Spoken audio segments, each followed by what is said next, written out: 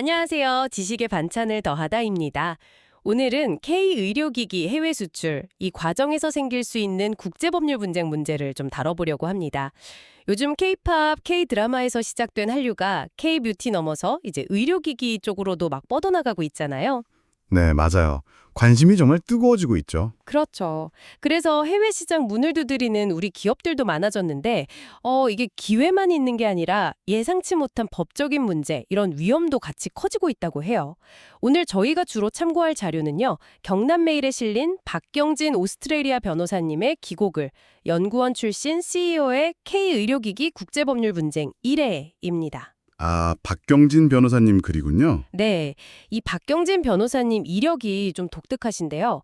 15년 동안 IT를 전공하신 오스트레일리아 외국 변호사세요. 와, IT 전공 변호사시면 기술 분야 이해도가 아주 높으시겠네요. 맞습니다. 그래서 법무법인 라운이나 한국철도공사 코레일, 또 NGO 단체인 지구촌 나눔운동 같은 여러 기업과 공공기관에서 자문위원, 심사위원으로 활동하고 계시고요. 실력 있는 전문가시죠. 네네. 얼마 전에는 한국 AI 인테리어 공간협회 해외협력 기업 주원 이사로도 위촉되셨다고 하니까 뭐랄까 국제거래랑 기술 분야 양쪽 다 정말 깊이 이해하고 계신 분인 것 같아요. 그래서 오늘 이 기고거를 통해서 K-의료기기 기업들이 해외, 특히 미국처럼 큰 시장에 나갈 때 어떤 법적 위험에 부딪힐 수 있는지, 또 그런 위험을 어떻게 미리 좀 알아채고 관리할 수 있을지 좀 실질적인 방법들을 같이 찾아보는 시간을 갖겠습니다. 본론으로 들어가기 전에 좋아요와 구독, 알림 설정 꼭 부탁드립니다. 앞에서도 잠깐 얘기했지만 K-팝이나 드라마 덕분에 한국 이미지 자체가 좋아져서 이게 K-의료기기 산업에도 좀 긍정적인 영향을 주는 것 같아요. 뭐 기술력에 대한 신뢰도랄까? 이런 게 바탕이 되니까 해외 바이어들도 관심을 많이 갖고요. 네네. 분명히 좋은 기회가 열리고 있는 건 맞습니다. 한국의 기술력, 특히 의료기기 쪽 혁신성은 뭐 세계적으로도 주목을 받고 있으니까요. 근데 이 기회를 진짜 성공으로 만들려면 넘어야 할 산이 꽤 많아요. 그렇죠. 쉬운 길은 아니겠죠. 네. 기고글에서도 지적하듯이 예를 들어 미국 시장에 가려면 그 FDA 승인이라는 아주 높은 허들을 넘어야 하거든요. FDA 승인. 말만 들어도 복잡한데요. 네. 이 과정 자체가 시간도 많이 들고 돈도 많이 들고 또 규제에 대한 전문 지식도 엄청 필요하죠. 물론 뭐 이 관문만 통과하면 높은 수익성을 기대할 수 있으니까 기업들한테는 이게 큰 매력인 거고요. 그렇죠. 그 높은 수익성 기대감 때문에 많은 국내 기업들, 특히 중소기업들이 해외 의료기기 박람회 같은 데 열심히 참가하고 실제로 반응도 좋다고 들었어요. 네네, 맞습니다. 그런데 기고글을 보면 바로 이렇게 활발하게 교류하는 그 자리에서 오히려 예상치 못한 법률 분쟁의 씨앗이 뿌려지는 경우가 많다고 지적하더라고요. 만남이 많아지는 만큼 위험도 같이 커진다, 뭐 이런 거군요. 네, 딱 그런 셈이죠. 자, 그럼 이 부분을 좀 더 자세히 들여다볼까요? 박경진 변호사님이 기고고리도 소개한 한 연구원 출신 CEO 사례가 있는데 이게 참 현실적으로 와닿더라고요. 어떤 사례였나요? 이 대표님 첫 인상이 정말 나 연구만 해요 라고 얼굴에 쓰여 있을 정도였다 이렇게 묘사되어 있어요. 정말 연구에만 집중하신 분이었나 보네요. 네. 대기업 연구원으로 일하다가 독립해서 아주 뛰어난 기술력으로 의료기기를 개발하고 사업화까지 성공시킨 분이었어요. 회사 규모가 아주 큰 건 아니었지만 연매출이 한 60억에서 70억 정도 되고 코스닥 상장 이야기까지 나올 정도였다니까 기술력은 확실히 인정받은 거죠. 와, 대단하시네요. 기술력만 보면요. 그렇죠. 근데 문제는 다른 데 있었어요. 평생 연구만 하셨던 탓에 기업 경영, 특히 뭐 해외 영업이나 계약 같은 경험이 전혀 없으셨던 거예요.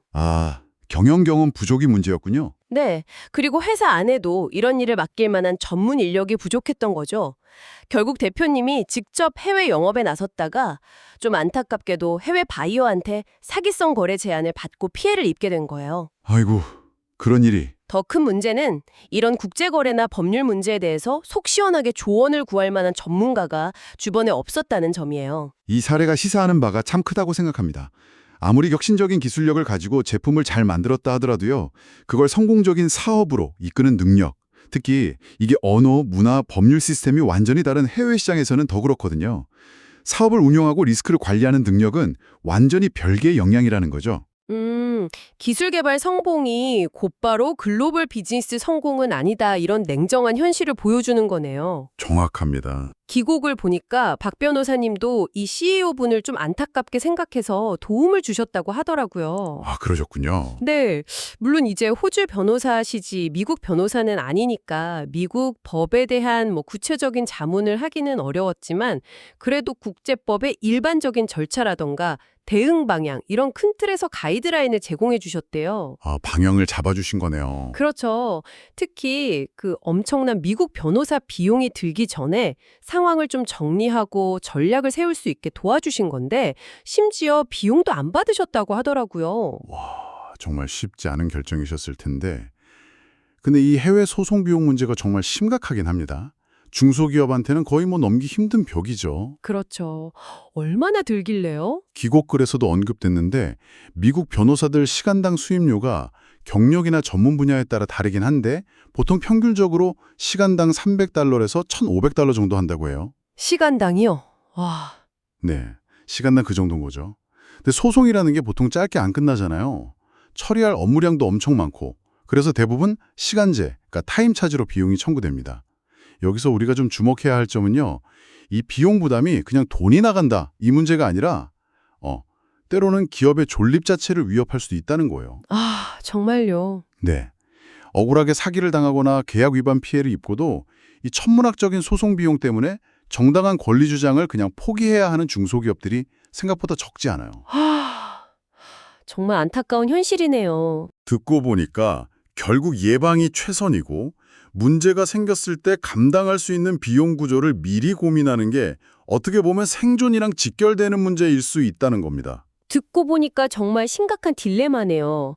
권리를 찾자니 회사가 휘청거릴 비용이 들고 포기하자니 금전적 손실은 물론이고 사업 자체에 회의감까지 들 수 있고 대표님 입장에선 정말 어려운 결정일 것 같습니다. 그렇기 때문에 기고글에서는 이런 리스크를 사전에 관리하고 대응하기 위한 현실적인 방안들을 제시하고 있습니다. 첫 번째는요, 해외 거래가 좀 지속적으로 발생하고 그 규모가 작지 않다면 매번 외부 로펌에 의존하기보다는 장기적인 관점에서 사내의 법무 역량을 갖추는 걸 고려해 볼 수 있다는 거예요. 아, 내부의 법무팀 같은 걸 만드는 거요? 네, 자체적으로 검토하거나 초기 대응 능력을 키우면 비용 효율성도 높이고 또 내부 전문성도 쌓을 수 있겠죠. 그럴 수 있겠네요. 다만 여기서 흔히 하는 오해가 있어요. 기고글에서도 강조하는데 단순히 영어를 유창하게 하는 직원이 곧바로 법률 지식이 있거나 복잡한 계약서 검토, 협상 능력을 가졌을 거라고 기대하면 안 된다는 겁니다. 아, 그냥 영어 잘하는 거랑은 다르군요. 네, 완전히 다르죠. 법률 용어는 굉장히 전문적인 영역이라서 원어민 법률가한테도 쉽지 않거든요. 언어 능력과는 별개의 전문성이 필요한 거죠. 그럼 두 번째 방안은 뭔가요? 두 번째는 보다 적극적으로 외부 전문가를 활용하는 겁니다.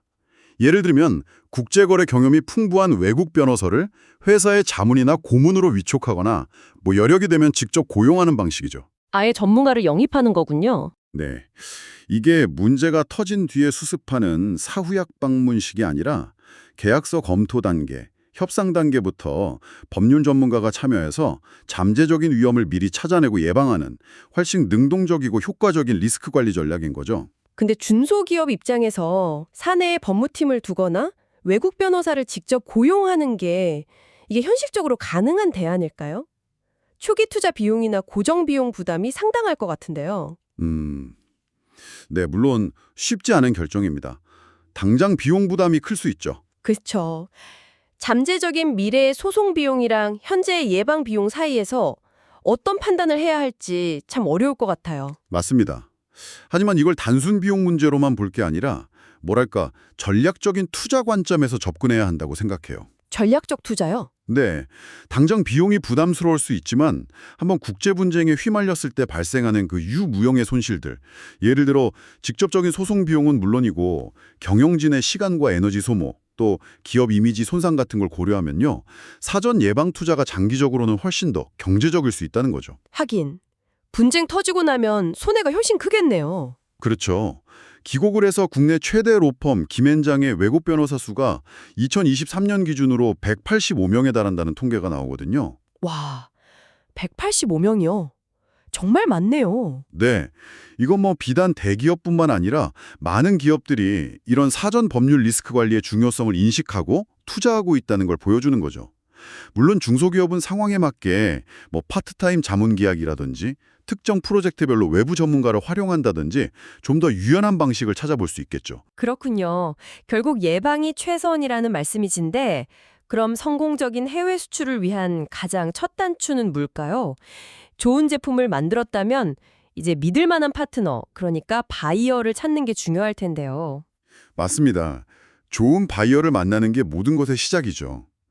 기고블에서는 해외 의료기기 박람회 참가 같은 전통적인 방법 외에도 최근에는 온라인 플랫폼을 활용한 타겟 마케팅의 중요성이 퍼지고 있다고 언급해요. 아, 온라인으로도 많이 찾는군요. 네, 그냥 무작위로 접촉하기보다는 우리 제품에 관심을 가질 만한 특정 바이어 그룹을 딱 정해서 효율적으로 접근하는 방식이죠. 다행히 요즘 한국 의료 시스템이나 제품에 대한 좋은 인식이 좀 있어서 예전보다는 영업 환경이 좀 유리해진 면도 있다고 하고요. 그런데 좋은 바이어를 만나는 것만큼이나 중요한 게 그 바이어가 정말 좋은 바이어인지 확인하는 과정일 것 같아요. 기고글에서 이 부분을 아주 강조하던데요. 네, 바로 그 지점입니다. 이게 가장 중요하면서도 또 가장 간과하기 쉬운 부분이에요. 어떤 걸 확인해야 할까요? 예를 들어 해외 박람회에서 만난 바이어라면 명함에 적힌 회사 이름이랑 직책 확인하는 건 뭐 기본이고요. 가능하다면 그 회사가 실제로 존재하는지, 어떤 사업을 하는지, 재정 상태는 괜찮은지 이런 걸 객관적인 자료를 통해서 교차 확인하는 절차가 반드시 필요해요. 온라인으로 접촉했으면 더 꼼꼼히 봐야겠네요. 그렇죠. 온라인이면 더욱 신중하고 철저한 검증이 필요하죠. 웹사이트 정보만 볼 게 아니라 사업자 등록 정보나 관련 업계 평판 같은 걸 다각도로 확인해야 합니다. 기곡을 표현을 빌리자면 많은 기업들이 계약 성사에 대한 설레는 기대감 때문에 이 기본적인 확인 절차를 그냥 건너뛰는 실수를 저지른다고 지적해요. 아, 너무 기대가 크면 기본적인 걸 놓치는군요. 혈압을 가진 사람들을 귀신같이 알아보고 접근한다는 경고가 참 인상 깊었습니다. 네, 그 부분 저도 인상 깊게 봤습니다. 사람의 심리를 이용하는 거죠. 그래서 기고글은 공짜를 바라는 사람은 사기를 당하기 십상이다 라는 핵심 메시지를 던집니다. 너무 조건이 파격적이거나 너무 쉽게 일이 진행되는 계약에는 반드시 뭔가 숨겨진 의도나 위험이 있을 수 있다는 경계심을 가져야 한다는 거죠. 맞아요. 세상에 쉽게 얻어지는 큰 이익은 없다는 그 평범한 진리를 국제 비즈니스에서도 절대 잊으면 안 됩니다. 네, 맞는 말씀입니다. 더 크게 보면요, 이건 단순히 의료기기 수출에만 해당되는 이야기가 아니에요. 모든 종류의 국제 비즈니스, 더 나아가서 우리가 살면서 맺는 다양한 계약 관계에서도 통용될 수 있는 아주 근본적인 원칙이라고 생각합니다. 아, 그러네요. 모든 관계에 적용될 수 있겠네요. 네, 감정적인 기대나 막연한 희망보다는 객관적인 사실 확인과 신중한 검증 절차, 이게 항상 우선되어야 합니다. 특히 경험이 부족하거나 내부 자원이 좀 부족한 중소기업일수록 더욱 이 원칙을 철저히 지켜야 예상치 못한 위험으로부터 스스로를 보호할 수 있습니다. 네. 오늘 박경진 변호사님의 기곡을 연구원 출신 CEO의 K의료기기 국제법률분쟁 1 이걸 통해서 K의료기기 해외 수출이라는 기회, 그 이면에 있는 국제법률 분쟁의 위험성을 살펴봤고요. 또 이걸 예방하기 위한 현실적인 조언들을 나눠봤습니다. 네, 중요한 내용들이 많았죠. 요약하자면 기술력만으로는 부족하고 비즈니스 운영 능력, 특히 법률 리스크 관리 역량이 중요하다는 것.